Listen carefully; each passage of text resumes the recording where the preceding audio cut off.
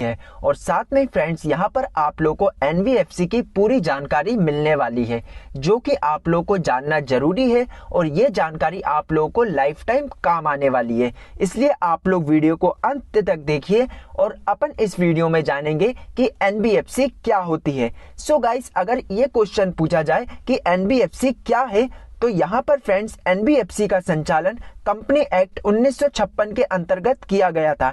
NBFC भी एक bank की तरह काम करने वाली फाइनेंशियल कंपनी होती है, जो कि पैसे का लेन देन का काम करती है। लेकिन इसमें एक खास बात यह है कि बैंक से बिल्कुल भी यह विभिन्न होती है, क्योंकि यह किसी प्रकार की भी बैंकिंग नहीं है, बल्कि यह बैंक का केवल एक हिस्सा होता है। इसमें निवेश भी बैंक की तरह नहीं किया जाता है। एनबीएफसी कंपनी किसी जमा योजना के तहत पहले लोगों से पैसा जमा कराती है, उसके बाद आप लोगों को कई प्रकार के ऋण टाइप के प्रदान करती है। मतलब कि फ्रेंड्स यहाँ पर एनबीएफसी कंपनी पहले किसी फर्स्ट पर्सन से पैसा लेती है, फिर आप लोगों को वो पैसा ऋण के रूप में देती है। तो यहाँ पर फ्रेंड्स बहुत सारी कंपनियों के बारे में आपने ये सोचा होगा या फिर सुना होगा कि यहाँ पर फ्रेंड्स एनबीएफसी का इंटरेस्ट ज्यादा क्यों होता है। तो इसी वजह से फ्रेंड्स यहाँ पर एनबीएफसी कंपनी का जो इंटरेस्ट है वो काफी ज्यादा होता है, अगर आप लोग किसी एनबीएफसी कंपनी से लोन लेने जाते हैं तो। यदि आप भी एनबीएफसी के बारे में जानना चाहते हैं तो यहाँ पर आपको एनबीएफसी के बहुत सारी बातों को जानना जरूरी है। सो गाइस, यहाँ पर अपन बात करेंगे 4 पॉइंट पे, जहाँ पर मैं आप लोगों को बताऊंगा कि एनबीएफसी क्या होता है, एनबीएफसी का फुल फॉर्म क्या होता है और एनबीएफसी का महत्व क्या होता है। और उसके बाद में एनबीएफसी में अगर आप लोग पंजीकरण करवाना चाहते हो तो आप लोग किस प्रकार इसमें अपना पंजीकरण करवा सकते हो। सो गाइस, यहाँ पर अगर सबसे पहले नाम की बात करी जाए तो एनबीएफसी का फुल फॉर्म होता है नॉन बैंकिंग फाइनेंशियल कंपनी होता है।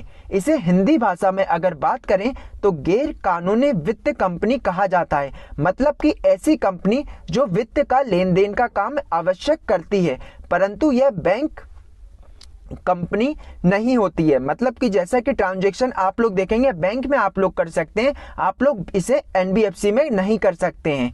इसके कार्य जरूरी बैंक की तरह लगते हैं, परंतु कानूनी रूप से यह बैंक नहीं होता है, बल्कि ऐसी फाइनेंस कंपनी होती है जो पैसे के आधार पर लेन देन का काम करती है।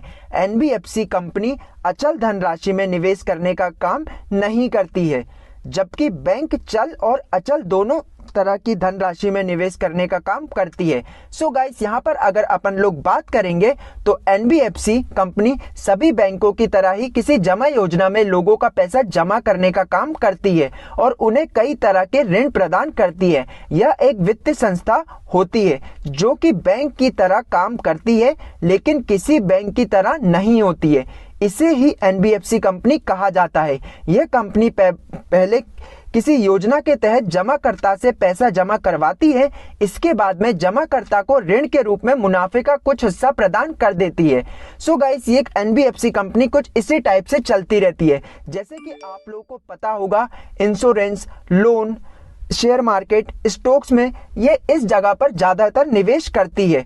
तो आप लोगों को समझ में आ गया होगा कि एनबीएफसी कंपनी क्या होती है। सो गाइस, अब अपन लोग यहाँ पर बात करते हैं कि एनबीएफसी किस प्रकार के कार्य करती है।